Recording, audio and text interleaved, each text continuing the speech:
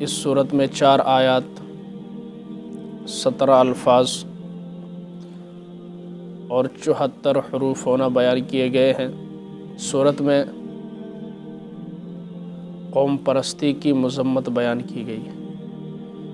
ماقبل کی صورت میں سرمایہ دارانہ ذہنیت کی تردید کی گئی تھی، اور اس صورت کے اندر قوم پرستی کو منع کیا گیا ہے۔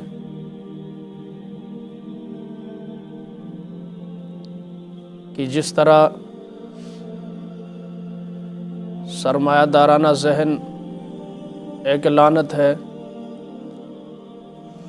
بالکل اسی طرح قوم پرستی بھی ایک عیب ہے اور لعنت ہے۔ لإیلاف قریش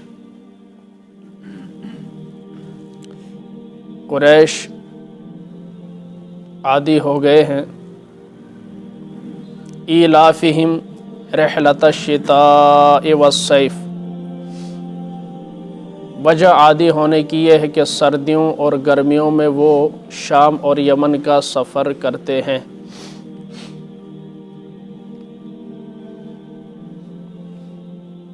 آپ صلی اللہ علیہ وسلم کے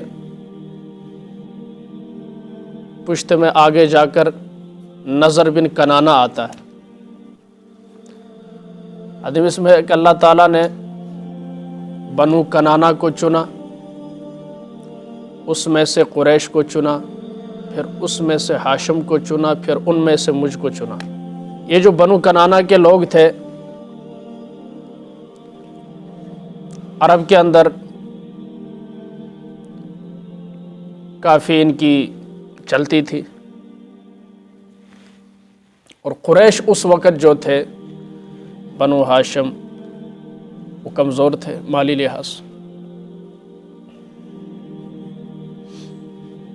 بنو کنانہ نے انہیں مشورہ دیا اب تجارت کرو، شام کی طرف جو ہے گرمیوں میں، اور سردیوں میں جو ہے یمن کی طرف۔ یمن گرم تھا، شام جو تھا وہ سرد تھا۔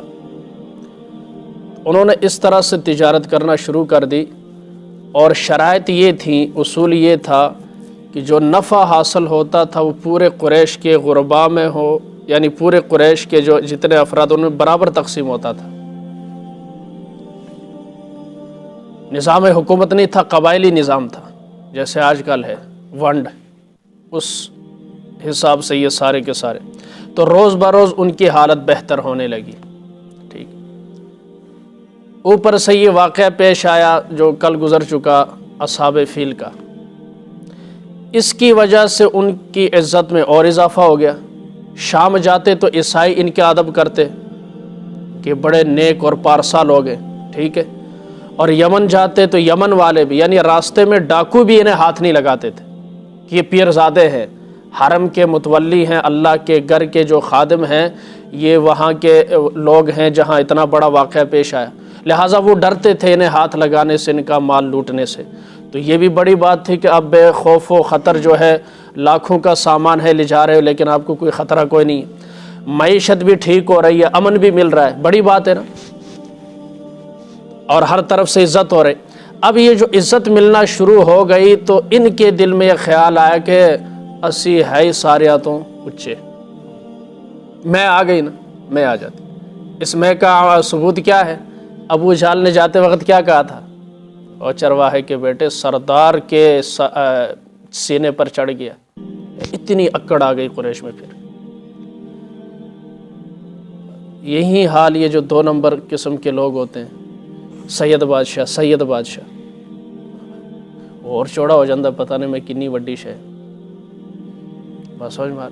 یہ 2 نمبر قسم کے جو شاہ ہوتے ہیں، شاہ، ٹھیک، اصل شاہ نہیں، 2 نمبر کالے شاہ، ان کے ساتھ بھی یہی ہو، جی حضور جی حضور جی حضور کرتے ہیں، وہ سمجھتے پتہ نہیں ہم کہاں سے آئے۔ تو کہا ذرا نیچے سے سر کاٹنا، پتہ چلے کسی سردار کا سر، میں آنی شروع ہو۔ تو اللہ ارشاد فرماتے ہیں ان کو باوجود فخر کرنے کے، تکبر کرنے کے، کیا کرنا چاہیے تھا؟ شکر کرنا چاہیے تھا کہ عزت ملی ہے تو بیت اللہ کی وجہ سے ملی۔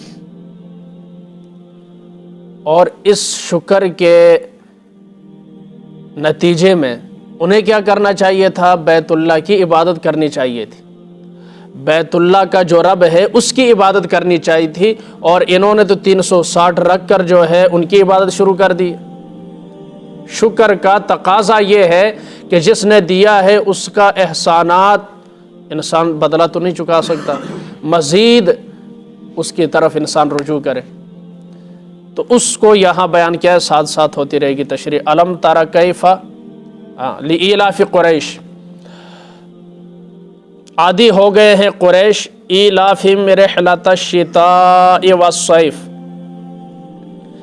یہ صاد کے ساتھ سیف، اس کا معنی ہے گرمیاں، اور سین کے ساتھ جو سیف ہوتا ہے اس کا معنی ہے تلوار، ٹھیک ہے۔ ایک نے پوچھا نام کیا؟ میں نے کہا سیف الرحمن، کہتا اچھا رحلۃ الشتاء والصیف، میں نے کہا خدا کے بندے قرآن نہیں آتا تو نہ پڑھو، وہ سیف سواد کے ساتھ ہے اس کا معنی گرمیاں ہے، اور میرا نام سین کے ساتھ ہے اس کا معنی تلوار ہے، ادھر ہی چپ ہو۔ یہ دکھانے کے لیے میں بھی پڑھا لیا قرآن کا غلط استعمال، یہ ٹھیک نہیں ہے۔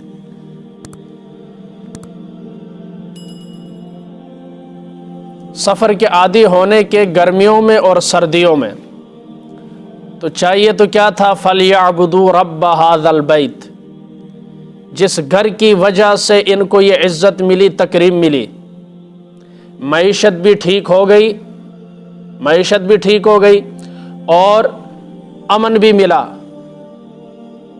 جہاں امن نہیں ہوتا معیشت ٹھیک نہیں ہوتی۔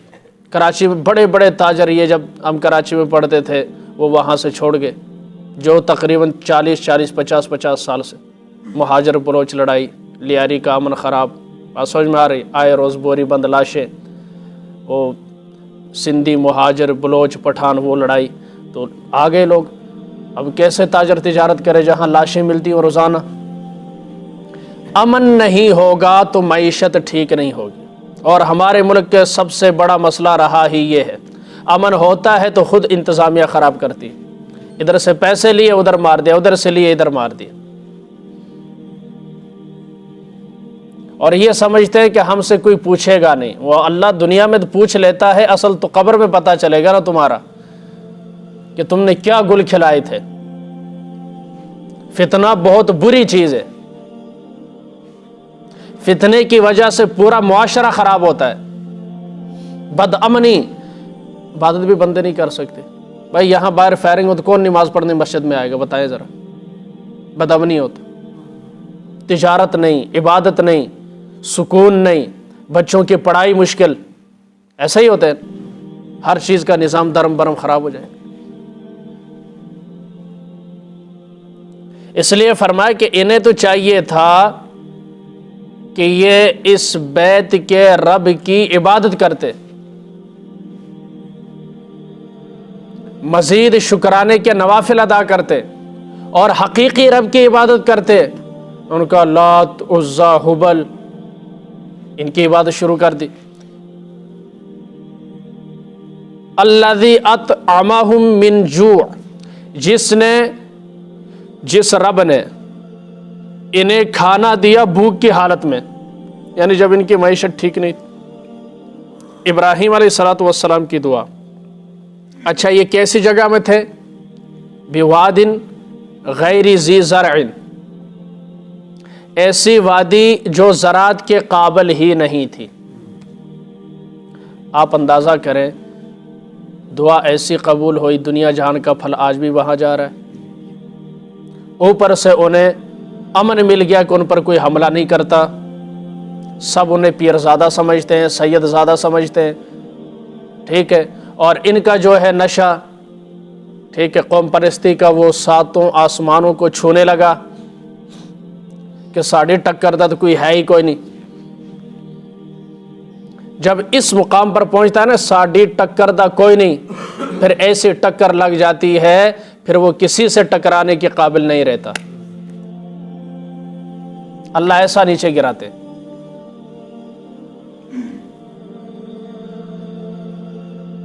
وَآمَنَهُم مِّنْ خَوْفٍ، اور انہیں خوف سے امن دیا، خوف سے۔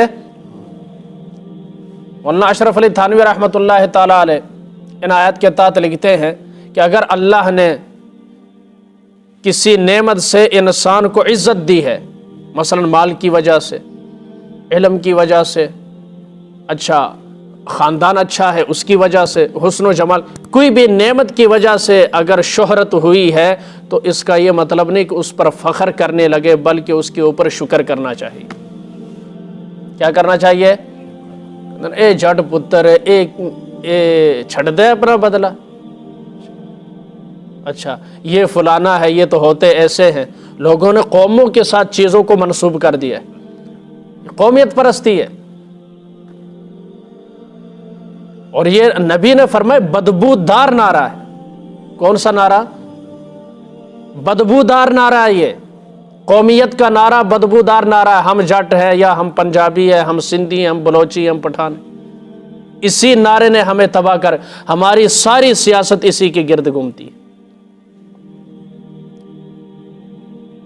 بات سمجھ میں آ رہی؟ اور ہم بدبو کے اندر پڑے ہوئے، حالات ٹھیک نہیں ہو رہے۔ آپ اندازہ کریں صحابہ کے ایمان لانے کے بعد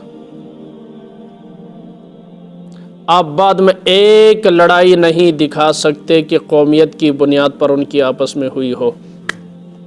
ایک لڑائی تو اور میں تک نہیں ہوئی۔ یار جب ہم آپس میں لڑیں گے تو دشمن سے کون لڑائی کرے گا؟ اور جیسا اپنے خلاف بندوقہ کڈیا، ایک سیاسی پارٹی دوسرے کے خلاف، ایک صوبے والے دوسرے کے خلاف، ایک قوم والا دوسری قوم کے خلاف، ایک گاؤں والا دوسرے کے خلاف، ہم آپس میں یوں لگے، ٹھیک ہے، اور وہ بارڈر پر ہمیں مارتے جا رہے ہیں، برقعے پہن کر کلاس میں جانے کی اجازت نہیں دے رہے، وہ ہم آپس میں لڑ رہے۔ اب کل ایک کافر کا انٹرویو میں سن رہا تھا، دیکھیں اسلامی نظام، وہ کہتا ہے لوگ جدید جدت کی طرف جا رہے ہیں، میں اسلامی نظام کو پسند کرتا ہوں، اسلامی نظام میں رہنا پسند کرتا ہوں۔ وجہ سنیں ذرا، اس نے کہا کہ ہمیشہ اسلامی حکومت میں غیر مسلم مزے سے رہے۔ اب یہ اس کی یہاں تک یہ بات ہے، آدم علیہ السلام سے لے کر سلطنت عثمانیہ کے ٹوٹنے تک ایک واقعہ کوئی غیر مسلم نہیں دکھا سکتا کہ مسلمانوں نے کسی غیر مسلم پر ظلم کیا ہو اپنے دور حکومت میں، کسی غیر مسلم کی عزت لوٹی ہو، چادر چار دیواری کو پامال کیا ہو، مارنا تو دور کی بات۔ اور ہم دکھاتے ہیں روز اول سے لے کر کشمیر تک، برما، افغانستان، عراق، لیبیا، شام، فلسطین اور چیچنیا، بوسنیا اور خود پاکستان، بات سمجھ میں آ رہی؟ اور اسی طرح امریکہ، یورپ، کہتے وہاں نہیں ہوتا، وہاں بھی کتنے لڑکیوں کو مارا، کتنے جوڑوں کو مارا۔ یہ کیا ہے؟ کہتا مغربی نظام بڑا اچھا ہے، مغربی نظام اچھا نہیں ہے، وہاں تو اب وہ چیخیں، ان کی چیخیں نکل رہی ہیں، لیکن ان کا میڈیا دکھاتا کوئی نہیں ہے۔ وہ باپ اپنے بیٹوں سے تنگ ہے جو بیٹی بننا چاہتا ہے، وہ اپنی اس بیوی سے تنگ ہے جو اس کی آنکھوں کے سامنے کسی کے ساتھ جاتی۔ لاکھ لاکھ خدا کا شکر کرے، خدا کی قسم اگر ساری زندگی اس کے لیے سجدے میں پڑے رہے کہ اللہ تو نے ہمیں اسلامی ملک دیا تب بھی کم، باقی نعمتیں تو ایک سائڈ پر۔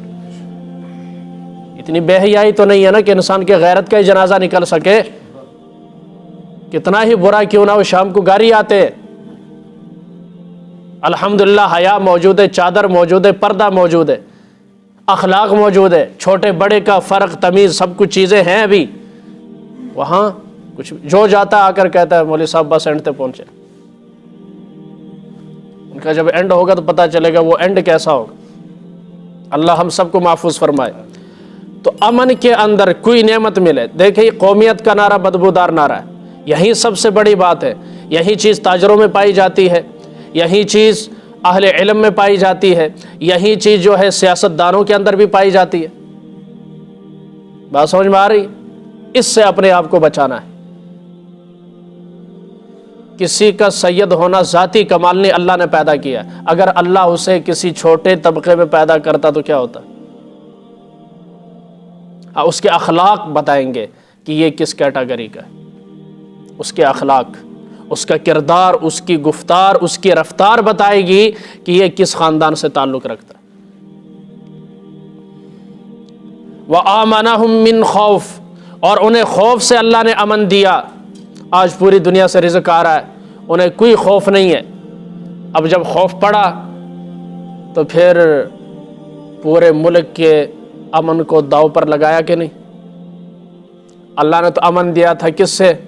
عبادت کرو، عبادت کے بجائے شرارت میں شروع ہو گئے، ٹھیک ہے، اور غلط قسم کی سیاست شروع کر دی، اور پھر شراب، جوا، سود، عیاشی، بدماشی، بدقماشی شروع کر دی۔ اللہ نے خوف کو مسلط کر دیا۔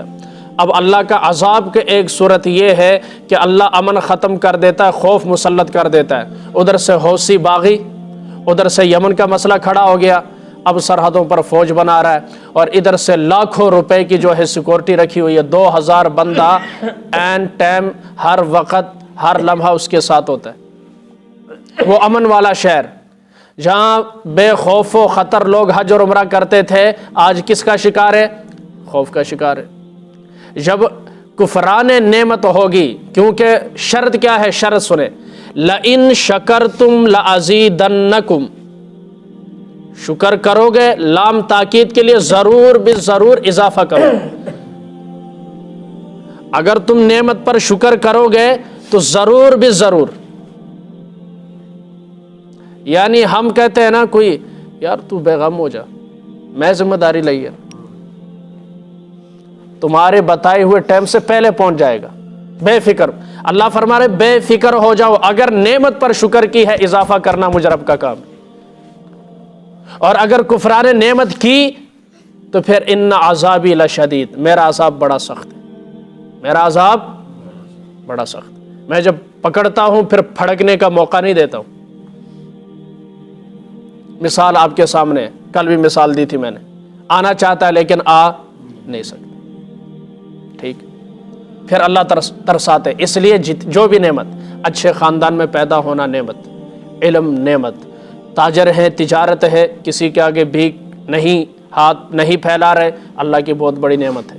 لوگ عزت کرتے ہیں، اللہ عزت کا یہ مطلب نہیں کہ آپ لوگوں کو بے عزت کرنا شروع کر دیں اور دوسروں کو حقارت کی نگاہ سے دیکھنا شروع کر دیں، یا کسی اور کی عزت شروع ہو گئی تو آپ جلنا شروع کر دیں، اس کا یہ مطلب نہیں ہے۔ آپ کی کوٹھی ہے، ساتھ والے نے 3 منزلہ بنا دی تو آپ جلن کا شکار ہوں، اس کا یہ مطلب۔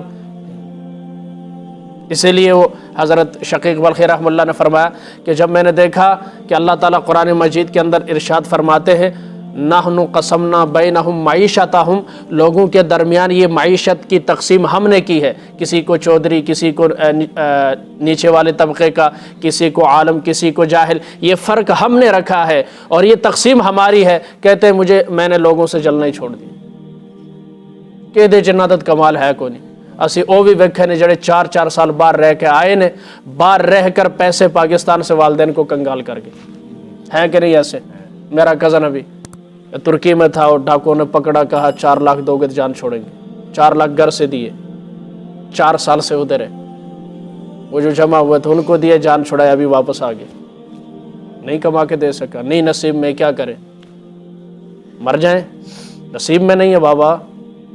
یہ تقسیم کس کی ہے؟ اللہ کی، کہ 6 دفعہ پکڑے گئے بارڈر سے واپس آتے، نہیں قسمت میں جتنا مرضی زور لگاؤ، کیا کریں، یہ تقسیم اللہ کی۔ اور بعض جاتے جاتے کوئی رکاوٹ نہیں، سیدھا پہنچ جاتے، چند مہینوں میں کوٹھیاں بنا دیتے، تقسیم اللہ کی۔ تقسیم کس کی ہے؟ اور بعض وہاں رہ کر ساری زندگی واپس آ کر کنگلے ہو جاتے، اور بعض یہاں سے ریڈی سے کاروبار شروع کیا تھا، آج مارکیٹ کے مالک ہے۔ تقسیم کس کی ہے؟ کیوں ہماری اس کھوپڑی میں نہیں آتی یہ بات؟ کیوں ہم پیچھے بھاگتے ہیں؟ جو ماں کے پیٹ میں، فرمایا رزق کا آخری دانہ جب تک اس کے منہ میں جائے گا نہیں، پانی کا قطرہ نہیں جائے گا، اس وقت تک فرشتہ روح قبض نہیں کرے گا۔ وَآمَنَهُم مِّن خوف، اور اللہ تعالیٰ نے انہیں خوف سے امن دیا۔ اب ان کا حق کیا تھا کہ وہ عبادت کرتے، لیکن انہوں نے اس کا کیا کیا؟ حق ادا نہیں کیا، بلکہ انہوں نے ننگا طواف، آپ اندازہ کریں، ننگا طواف کرتے تھے کہ یہ پیسے جو ہیں وہ حرام کے ہوں گے، گندگی لگی ہوگی، یعنی اپنے تئیں وہ اتنے مخلص تھے، ننگا طواف کرتے تھے۔ اور بیت اللہ کی تعمیر میں دیکھیں ذرا، اندازہ کریں، آج تے ان کافروں کی طرح کی عادت بھی ہمارے پاس نہیں ہے۔ انہوں نے بیت اللہ تعمیر کیا، جو تھوڑا سا رہ گیا حتیم کا حصہ، انہاں کول پیسے مک گئے، حرام دے پیسے تھے ایسا، حلال دے مک گئے سن۔ حرام کے پیسے تھے، یہ نہیں ہے کہ نہیں تھے، حرام کے پیسے تھے، حلال کے ختم ہو گئے تھے۔ کیسے 1 روپیہ آساں کسے دا نہیں لینا جڑا حرام دا ہے، حلال کے پیسوں سے اللہ کے گھر کی تعمیر کریں تھے۔ آج کن کن چیزوں کو ذکر کریں۔ میں نے درس جب شروع کیا تھا کہا تھا جو صفات اللہ نے منافقوں کی، کافروں کی قرآن میں بیان کی، آج مسلمانوں میں نظر آتی۔ بات سمجھ میں آ رہی؟ اللہ کے گھر کی تعمیر کرنا، کافر ہو کر ننگا ہو کر طواف کر رہے تو ساڑھے کپڑے ہی پلیت، آج جی نماز پڑھو کپڑے پلیت، کہ کدھر جائے؟ اللہ ہمیں سمجھ نصیب فرمائے۔ یہ چیزیں پھر میری وہی بات ہے، جب تک قرآن کی طرف نہیں آئیں گے ہمیں دین کی سمجھ نہیں آئے گی۔ ہمیں یہ سمجھا کہ مولویاں دے ٹکوس لینے، اور میں یقین سے کہتا ہوں بہت ساری چیزوں دماغ کھلتا ہے جب قرآن کی طرف انسان آتا ہے۔ جو کچھ ہو رہا ہے ان تمام امراض کی تشخیص کی ہے قرآن نے، قیامت تک کے لیے ہے نا۔ انسانی فطرت کو سمجھتا ہے تو ہر دکھتی ہوئی رگ کے اوپر قرآن نے ہاتھ رکھا ہوا ہے، اور ایسے نہیں صرف ہاتھ ہی رکھا ہے، اس کا علاج تجویز کیا ہے۔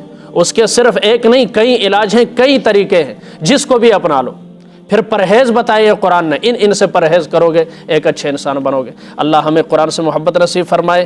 خواص اس کے یہ ہے کہ اس صورت کو کھانے کی کمی ہو، جیسے شادی میں، ولیمے میں، دعوت میں، ٹھیک ہے، اس دن چاول کم ہو گئے تو سورہ قریش پڑھنا شروع کر دے، انشاءاللہ کمی ختم ہو جائے گی۔ دیکھ کھا کر پیٹ بھر جائے گا، لیکن کھانا جو ہے وہ ختم نہیں ہوگا، اس کے لیے یہ بہتر ہے۔ اور اسی طرح اگر کسی کے گردوں میں درد ہے تو اس پر پڑھ کر دم کر دے بندے کے اوپر، یا کھانے پر دم کر کے وہ کھانا اسے کھلایا جائے، جس کے گردوں میں درد ہے تو وہ درد بھی ختم ہو جائے گا۔ اللہ ہمیں قرآن سے محبت نصیب فرمائے۔